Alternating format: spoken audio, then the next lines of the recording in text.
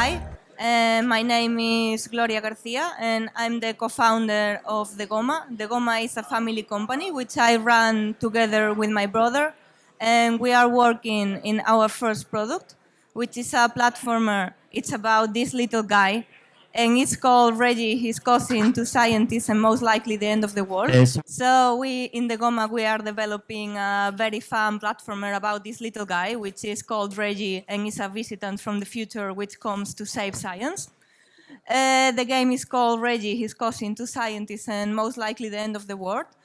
But our intention is to create a whole franchise about Reggie. We are investing a lot in the character himself, in the universe which surrounds him, in the rules of his world, to make the world of Reggie, and to invest in a franchise from which we hope to be able to develop much more titles.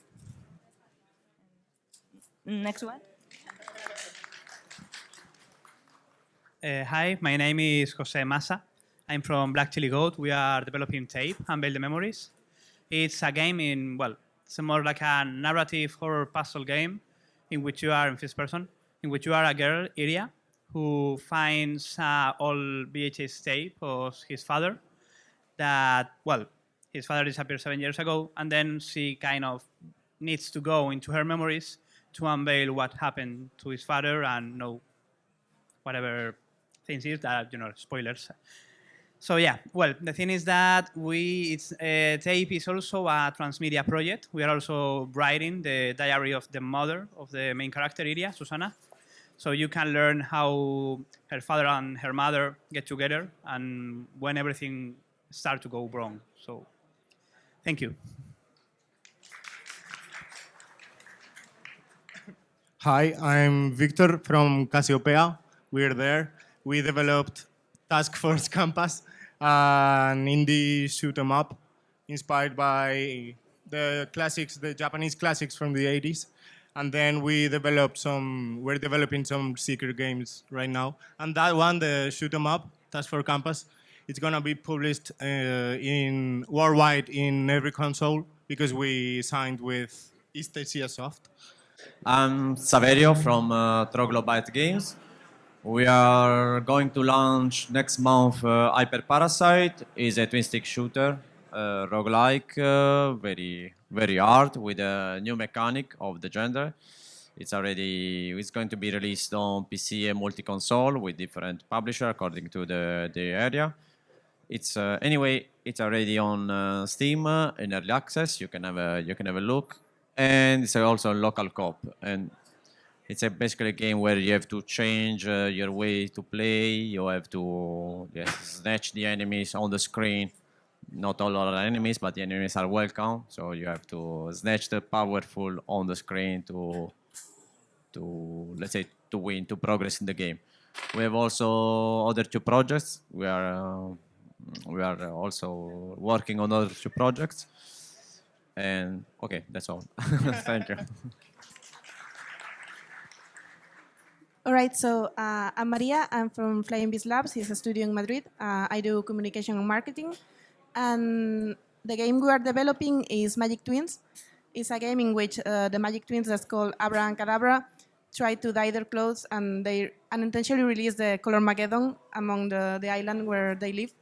And they have to fight the color elementals and try to gain the peace again in the world. So that's mostly it. It's a super fun cooperative game. You can play it there later if you want. And yeah, that's it. Okay, I have a question for Victor then. Why, yes, after that Jupiter, don't worry. Why are you making a shoot 'em up in this time of non-shoot 'em up moment? I don't know. Well, it was a coincidence. We didn't expect to reach a level of publishable game. We just made a prototype and we kept iterating over it and building over it because we just liked where we were playing while we were developing it. And it just grew up to the level of maybe we should, maybe people should pay for this. And then we put it on itch.io and at $5, and some people have bought it, and now it's got the level of visibility. I think we reached a level of visibility that enabled us to publish it on different consoles. It's going to be published worldwide in every console, and we didn't expect it. We were contacted by the publisher unexpectedly. We didn't send emails to anyone, but that one came, and we just got it. All right, so I have a question for you. You said that you were making your game into a franchise around that character, which is a cute character. But what's your strategy and game plan to execute making it a franchise? Like, how are you going about that? So, for example, at this moment we are working in the first game of the title, which you have played. This one is taking a long time to develop, but we want to make it really, really well so it can introduce everything that we can offer. We don't want to make it small. We want to make it big and good, so if someone plays, they can know that we will have something more to offer. We also have in mind already how the second part will be. For now, I can only say that it will be 3D, and it will also have a mechanic related to gravity to remain in the Regi line, but totally different. So we have prepared something different, a new ability related to gravity, which can work well in 3 dimensions. Other thing regarding our plan also is not right now 100% certain, but we are thinking in making a reduced version for mobile. So it will be also similar gameplay than Regi 1, but of course adapted to the controls and simplified so it can be properly played in mobile, and with simplified graphics, like more tile sets, not so complex, so the production can be a little bit quicker than the first title.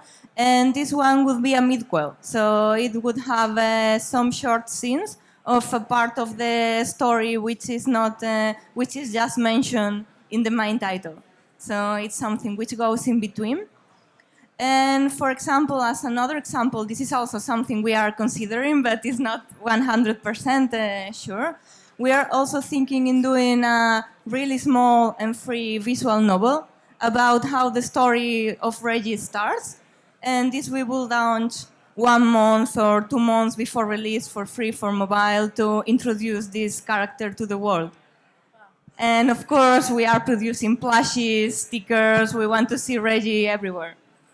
Lots of big plans. Yeah. Okay, this is for Sabrina.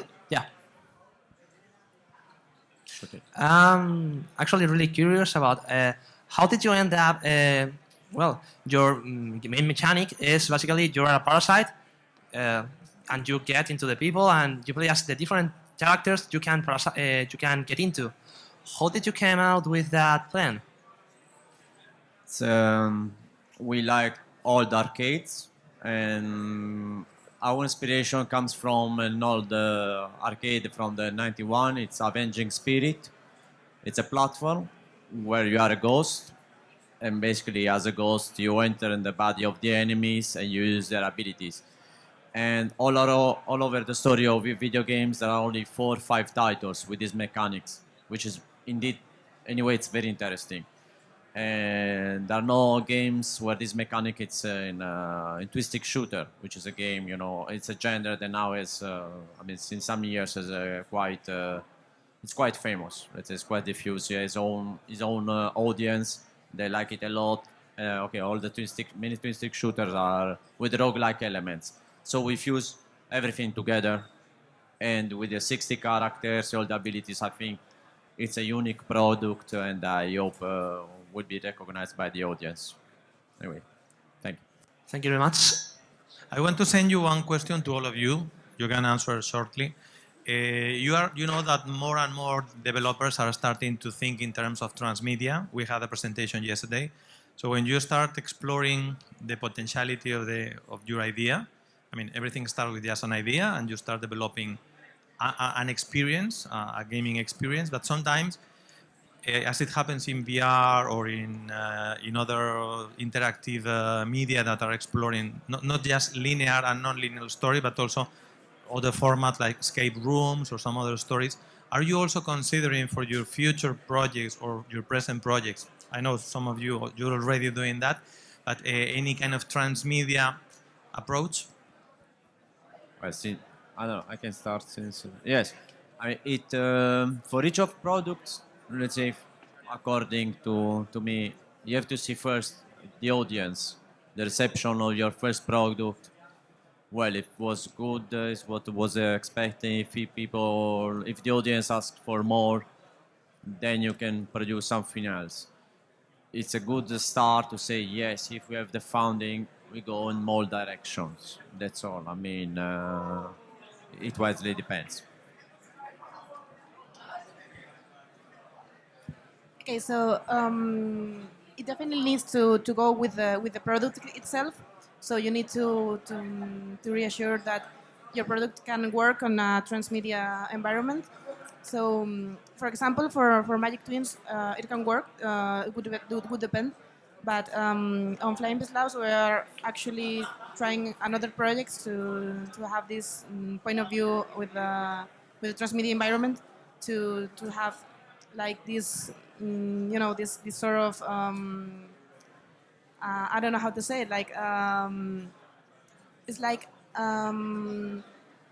there's something. The transmedia environment is something that it's really powerful right now, and because people have like a lot of devices to check everything, so it's a force to be reckoned, and we really want to use it, but to do it properly with proper research and not waste resources on things that wouldn't work. We don't currently have any plans to go transmedia because we're just three friends, a programmer, an artist, and a musician. So if we ever went transmedia, it would be like a concept album or something like that with lyrics related to the game in some way. But I don't know how to make a film or how to write a book, so no plans for the moment. Well, yes, that's yeah, okay. Well, I think that yeah, we are thinking on transmedia, but we are not thinking about developing it ourselves, but more like I said yesterday, I like leaving the gaps because then we can look for someone to. In my experience, when we are talking with investors and publishers, usually they are already asking about this because investing in, I suppose, because I'm not an investor and I don't have any money and I can find a good investor. So yeah, in my experience and in my opinion, usually investors are really afraid of video games because they can really flop really well, really easily. And then they try to like save some of that with making more products. So yeah, usually when you go to a publisher or an investor, they're already going to ask for that. Are you thinking about releasing toys, about releasing series and movies, something like that, that they can save some money with it because they know that it's kind of a more secure environment for their money. So yeah, we are thinking about that and planning in beforehand. So yeah, and well. So in the Goma, we work with two types of titles. There is some games which we like and we develop because we think they have something to offer in kind of gameplay, and they are fun games, but that's it, just an experience. But then there are other kind of games, which is the games which stay so long, they take long to develop. We have been thinking about them for years. For example, Reggie is like a part of our family. We have so many stories about Reggie. We know so much about his universe. We know everything he would say. We know how his future looks like. Obviously, this doesn't appear in just one game, so we have many material of this specific franchise to do transmedia. We are kind of working with transmedia already in the way that at the end of every level in the game, there is a cutscene of 2-3 minutes, which is considerably long for the media, which displays a little fragment of the crazy story of Reggie, which travels back and forth in time in order to save science. Lots of things happen to him. Well, then for develop this kind of cutscenes, it's a bit like producing an animation movie, because we start with the script, then we have to do a storyboarding, go over it, learn from people which knows more about movies and cinema, interact with them, try to get one style, one rhythm, choose and work with voice actors, direct them, sorry. So it's a whole process which is more close to the production of animation, actually, than the production of games. So in a little sense, we are doing a bit of transmedia already, and we would love to do even much more things. While being in an indie game production, I guess a lot of business part is mostly learn on your own or do on your own kind of approach, right? So as a more experienced developer or starting developer, what are the things that you have most difficulty doing, like in terms of business, maybe talking to publishers and so on, or the things that you wish you learned earlier, like in an easier way? Like what are the things that you wish the universities or incubator or government to offer education and connection for you?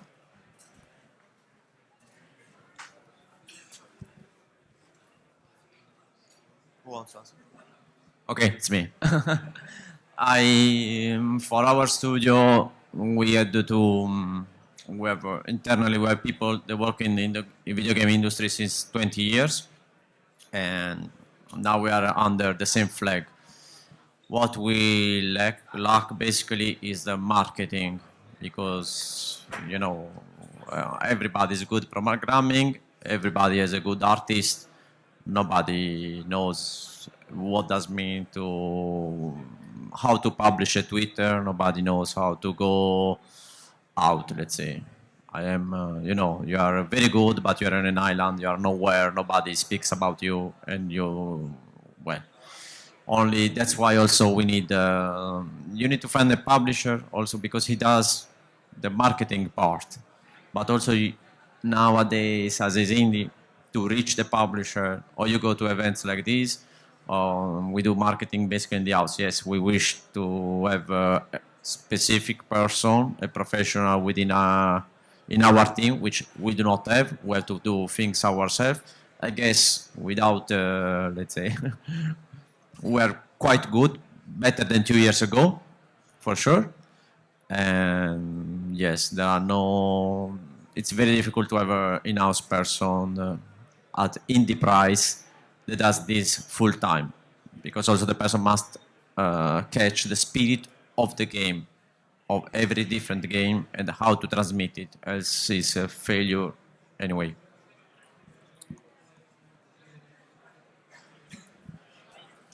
Okay, so myself, my personal experience actually with the indie video games industry is quite short. I mean, I mostly worked the past years in the esports industry.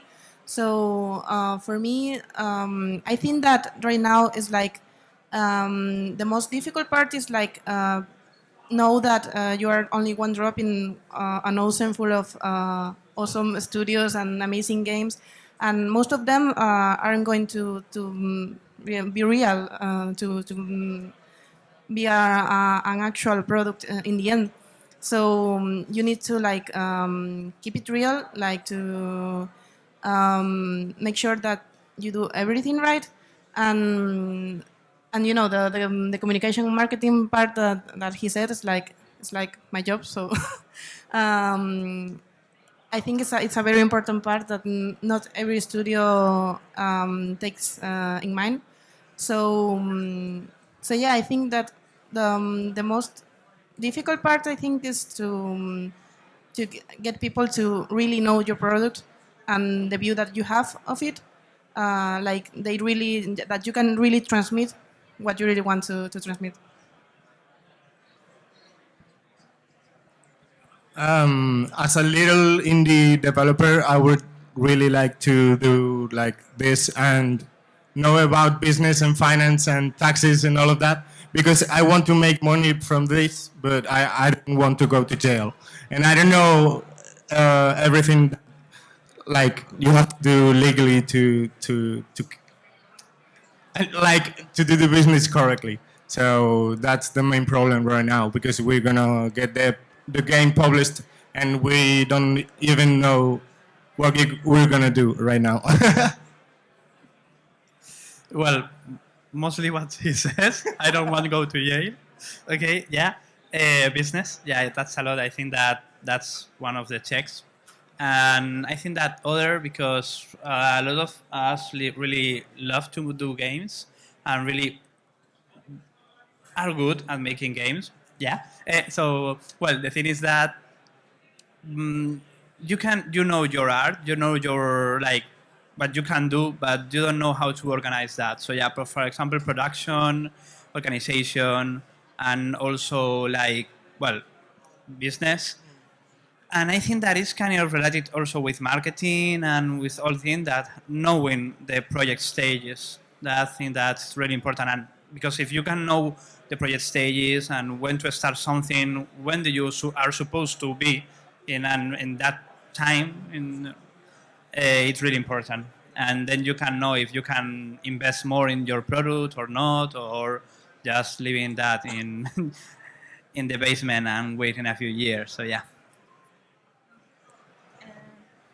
So, as I said before, we started recently to develop a second project in parallel to Reggie, a short project we hope we can sell before, so it will give us some financing for the big game. And I have to tell you that working a new project, it's a pleasure. And now that we know everything we know, that we handle the tools, that we have experience on how to organize ourselves, in estimate how long things will take, to know how to code, how to do it efficiently, quickly, without being dirty, it's a pleasure. So my advice is obvious. Try to make your first game short, learn from it, and then be able to do all the things clean in a second project earlier than us, because we still have to work with all the dirty stuff of our first game. So what we didn't do, but is the advice number one: keep the project number one, probably also the second small, learn a lot, and then apply what you have learned in the number three.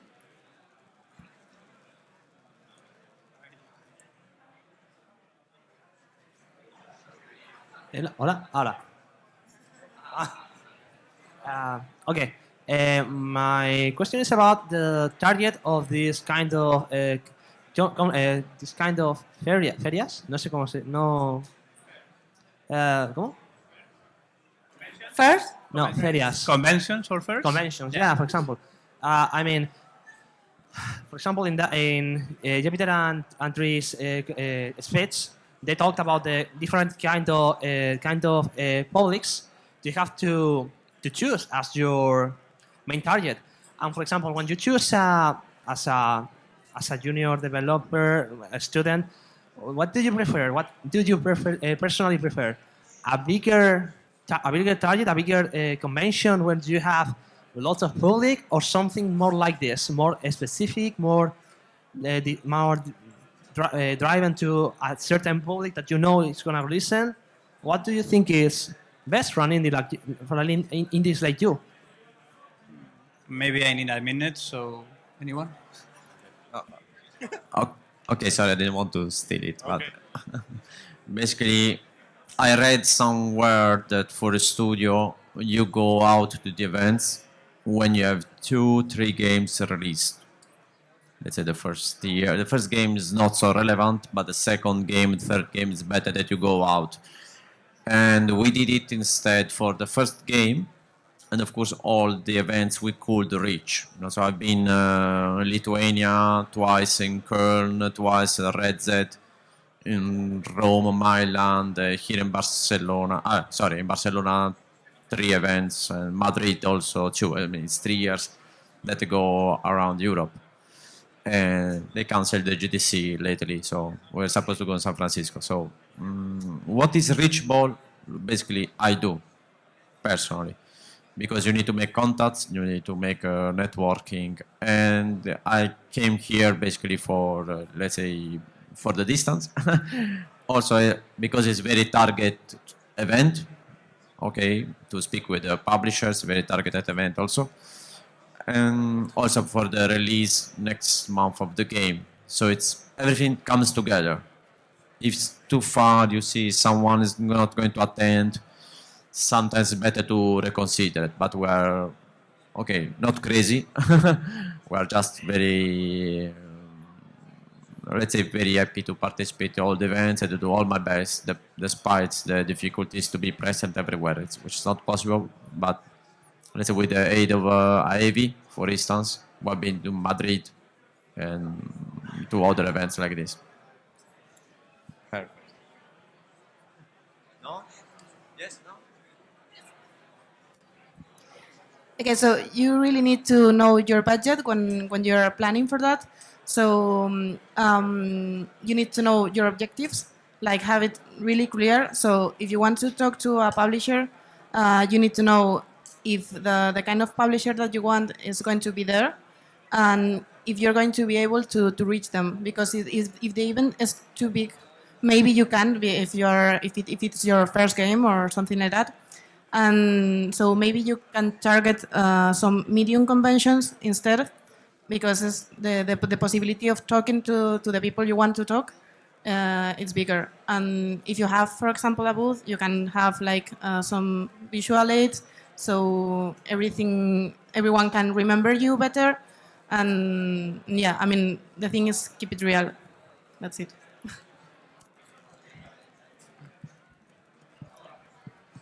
From my perspective, it really depends of what you want to achieve in that specific moment of the development. Because, for example, in the Goma, during the first 4 years of development of Regi, we only went to small events. For example, we used to go a lot to AnimeCon, this kind of events where people does cosplay. And the reason is that the kind of character and the kind of game is very appreciated among this kind of audience. So for us, it was extremely useful, this contact with our audience. So we could really test the game a lot of times and have a lot of play testing for free. Actually, you're getting free testing and they are doing it in front of your eyes. So you really can see what works and what doesn't. You can see that, for example, some movement, some physics that you think is perfect, it doesn't work so well, it doesn't feel so smooth for the people, or some new gimmick that you thought it was really fun, is just not understood. You can really prove your concepts. So I would start with small events. Small events are not for underestimates. It's really good to contact the audience and see if your game really works.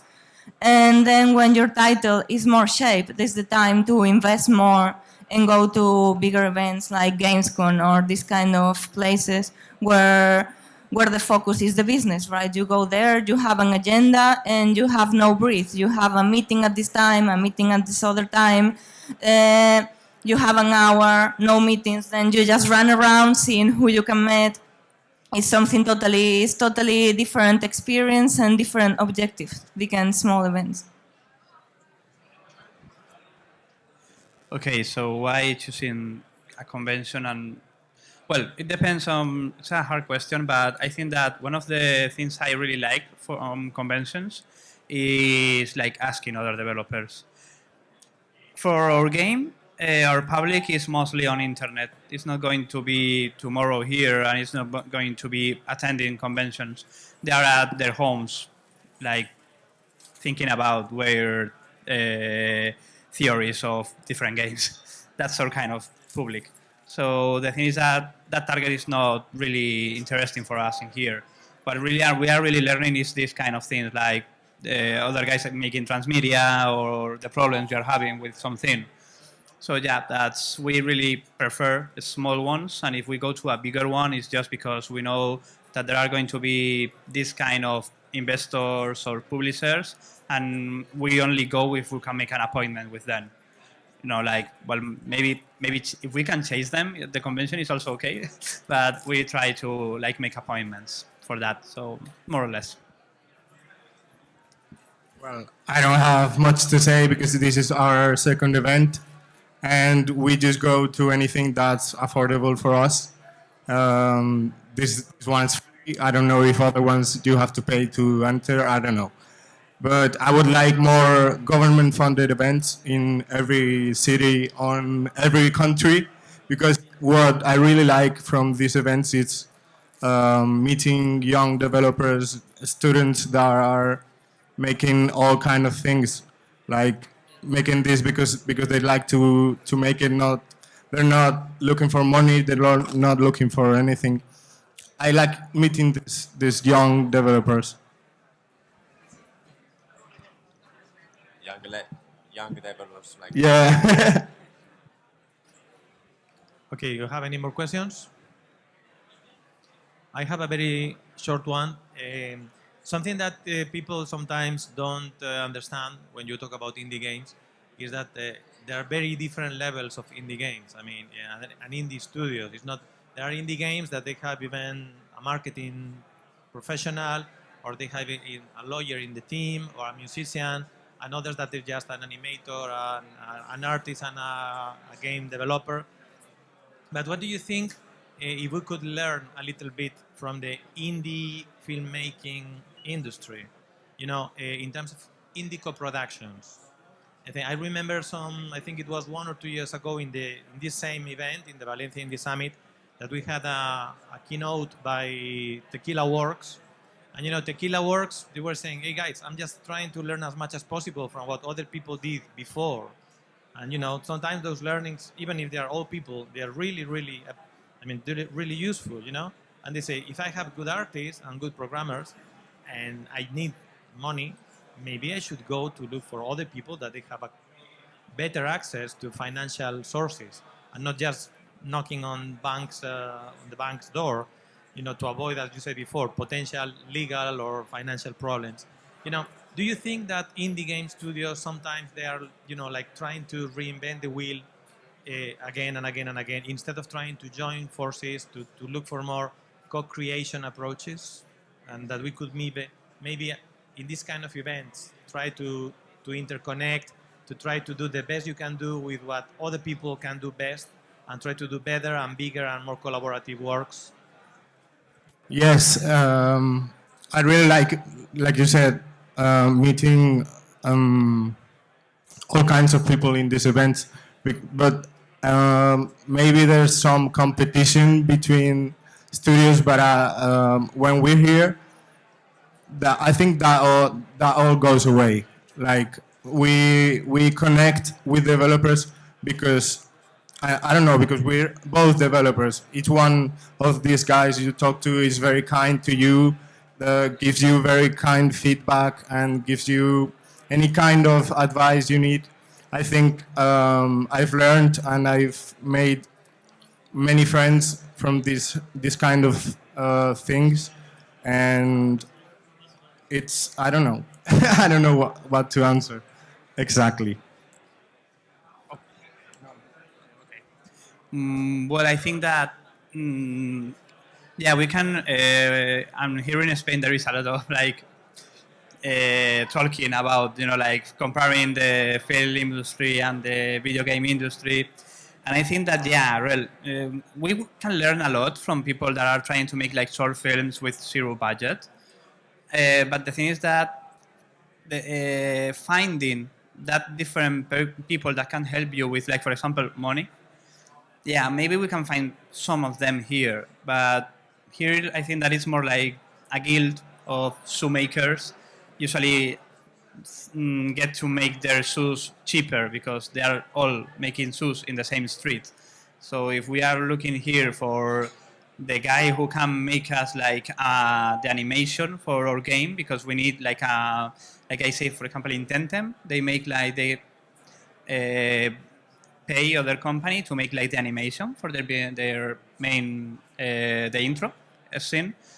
So yeah, maybe these guys are going to be here, or maybe they are going to be in an animation convention. So sometimes it's not just for looking in a place like here, but you have to like take this step out and go out. Like you are going to find lawyers in here. Maybe there are going to be sometimes a lawyer in here, but You would be surprised. Animators, lawyers, and many more around. yeah, you can find some of them. But if you want to look for like this kind of expertise, you have to go to those conventions. And yeah, we are going to be the strange guys there. But I think that's interesting.